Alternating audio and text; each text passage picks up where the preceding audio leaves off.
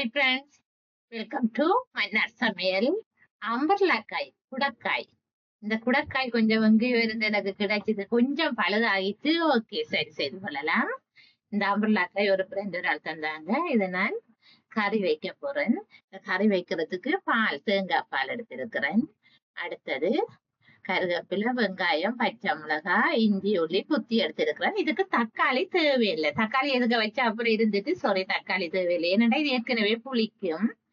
அதால தக்காளி தேவையில்லை. இதை சாடையா இந்த முன்பக்கம் அடுத்தது பழுதாக்கினா இருந்தா அதை வெட்டி எடுத்து போட்டு அப்படியே அவிப்பம். அவிக்கிறது கொஞ்ச நேரம் அவிக்கணும். கொஞ்ச நேரம் சூடாக்கவே மேல் தோல் வெடிச்சு கொண்டு வந்துடும்.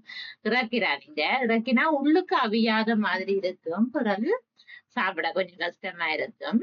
அப்ப கொஞ்ச நேரம் அவிய விடுங்க. இவ்வளவு தண்ணியும் அது மூழ்கிற அளவுக்கு தண்ணி விட்டுட்டு தண்ணி வத்தம் மட்டும் அவிய விடுங்க.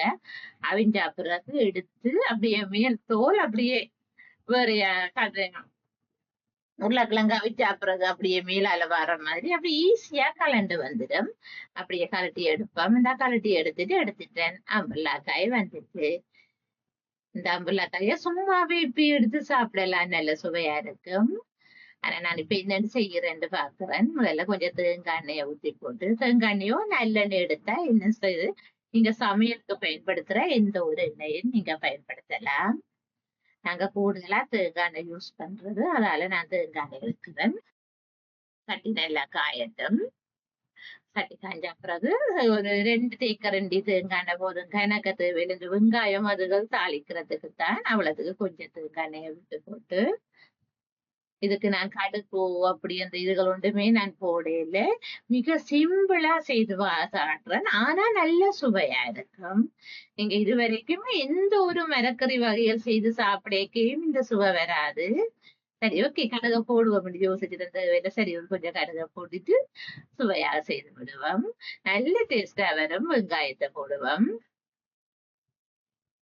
வெங்காயம் மறிஞ்சோடனே இந்த இஞ்சி உள்ளி பேஸ்ட் ஆக்கையில சாடையா குத்தி குத்தி வச்சிருக்கிறேன். அதோட 2 பச்சை மிளகாயையும் எடுத்து அப்படியே சாடையா பொரிய விடுவோம். பொரிஞ்சு வரட்டும், எல்லாம் வதங்கப்படட்டும். வதங்கப்பட்ட உடனே நான் அங்க அலைந்து செய்யறது காட்டுறேன் உங்களுக்கு. அப்படியே எடுத்து சாப்பிட்டு பேசுறேன். இப்பயே நாங்க அந்த அம்பர்லங்காய சாப்பிடலாம். நீங்க கொழும்புல எல்லாம் போய் சாப்பிட்டு பாத்தீங்கன்னா தெரியும். மாங்காய்க்கு உப்பு அதுகள் போட்டு தர மாதிரி அம்பர்லங்காய்க்கும் அதே மாதிரி உப்பும் மிளகாத்தூளும் போட்டு விற்பாங்க. நல்ல சுவையா இருக்கும். சும்மா சாப்பிடக்கூடிய ஒரு காய் தான் அம்பர்லங்காய். மாங்காய் மாதிரியே நாங்க சாப்பிடலாம். கொஞ்சம் கருவேப்பிலை போட்டிருக்கிறேன். அப்படியே தாளிச்சு அப்படியே வரட்டும். சாடையா கொஞ்சம் பெருஞ்சீரகம் போட்டுக்கொள்ளும். எவ்வளவு புரியறதுக்கு கணக்கு எண்ணெய் விடையில பாருங்க. நான் கொஞ்சம் எண்ணெய் தான் விட்டேன். அந்த வெங்காயம் வதங்கி வரதுக்கு தக்கின எண்ணெய் தான் விட்டேன். இதுக்குள்ள நெருப்பு கொஞ்சம் குறைச்சி வச்சுட்டு உப்பும் போட்டுட்டு மிளகாத்தூளும் போட்டு விடுவோம். மிளகாத்தூளை பிறகு பால் ஊற்றிட்டு விடுவோம். பால் இல்லாமலும் நீங்க விடலாம். பால் உங்களுக்கு தேவையில்லை. பால் இல்லாமலும் நீங்க செய்து கொள்ளலாம். ஆனா இதுக்கு புளி தேவையில்லை. ஆனா உங்களுக்கு விருப்பமா இருந்தா ஒரு கரண்டி சீனி சேர்த்துக் கொள்ளலாம். சீனி சேர்த்தா அந்த புளிப்பு தன்மை குறைவாக நல்ல சுவையா இருக்கும். பால் விடுறதால நான் சீனி சேர்க்கல. நீங்க தண்ணி தனியா விட்டு செய்வீங்களா இருந்தா ஒரு கொஞ்சம் சீனி சேர்த்தீங்கன்னா இன்னும் சுவை கிடைக்கும்.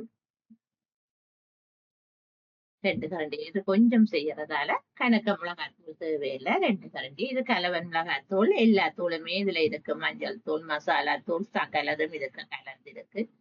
அதால 2 தேக்கரண்டி மிளகாத்தூள் போட்டுட்டு அப்படியே கொதிக்க விடுவோம். கொஞ்சம் கொதிச்சு வரட்டும்.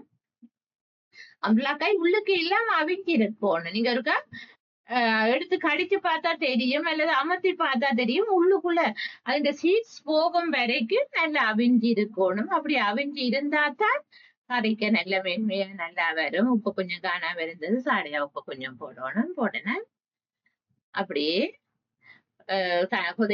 கொதிச்சு வந்தா பிறகு என்ன செய்யறேன்னு பார்ப்போம். நான் சுண்டை சாப்பிட்டு பார்த்தது நல்ல டேஸ்டா இருந்தது. நல்ல ஒரு சுவையான கறி. பொரிக்கட்டும். பொரிச்ச பிறகு எப்படி போட்டு காட்டுறேன்னு நான் செய்து காட்டி விடுறேன். அம்பலாக்கா சுகர் பேஷண்ட் நிறைய சாப்பிடலாம்.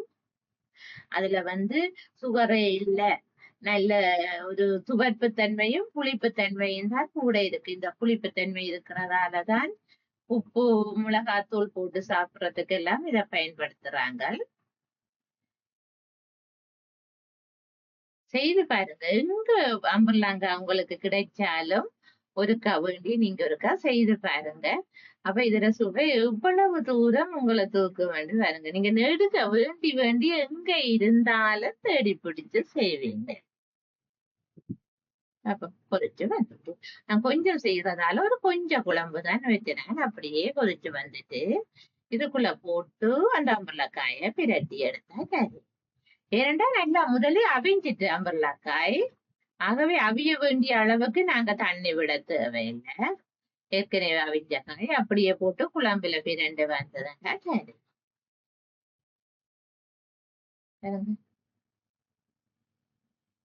உங்களுக்கு இப்படி முழுசா வைக்கிறது பிடிக்கலையா இருந்தா நீங்க 2 சின்ன துண்டு துண்டா வெட்டி போட்டும் போட்டுக்கலாம். எனக்கு இது பிடிச்சிருக்கு. இப்படியே முட்டை குழம்பு மாதிரி இருக்கும். அப்படியே ஃபைனலா நான் எடுத்தனா இருந்தா முட்டை குழம்பு போல இருக்கும். சரி ஃப்ரெண்ட்ஸ், ஓகே. என்னோட அம்பர்லாக்காய் கறி எப்படி இருக்கிறத நீங்க வச்சு போட்டு சாப்பிட்டு பார்த்து கமெண்ட்ல சொல்லுங்க. ஓகே ஃப்ரெண்ட்ஸ், பாய்.